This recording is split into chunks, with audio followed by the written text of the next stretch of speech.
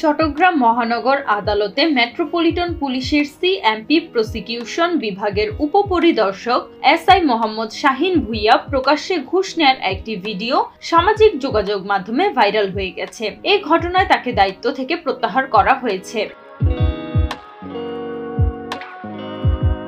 ছড়িয়ে পড়া ৩২ সেকেন্ডের ভিডিওটিতে দেখা যায় কার্যালয়ে বসে আছেন এসআই শাহিন।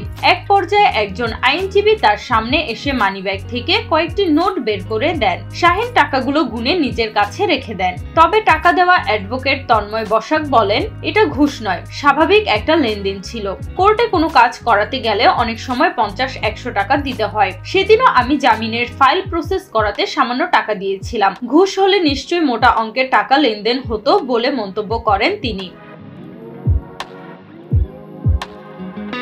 তন্ময় বসাক আরো বলেন, ভিডিওটি ২ মাস আগের, কোরবানির ঈদের আগে ধারণ করা হয়েছিল। একটি মামলার জামিনের প্রসেসিং এর জন্য আমি শাহিন সাহেবের কাছে গিয়েছিলাম। সম্ভবত তখন কেউ গোপনে ভিডিও ধারণ করেছে। বিষয়টি জানতে এসআই মোহাম্মদ শাহিন ভুইয়াকে মোবাইলে কল করা হলে তিনি পরিচয় শুনে গাড়িতে রয়েছেন বলে সংযোগ বিচ্ছিন্ন করে দেন।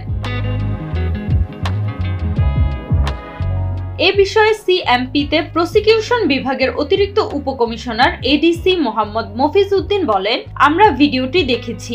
ঘটনার পরপরই ওই পুলিশ সদস্যকে দায়িত্ব থেকে প্রত্যাহার করা হয়েছে। বিভাগীয় তদন্তের ভিত্তিতে তার বিরুদ্ধে পরবর্তী ব্যবস্থা নেওয়া হবে বলে জানান তিনি।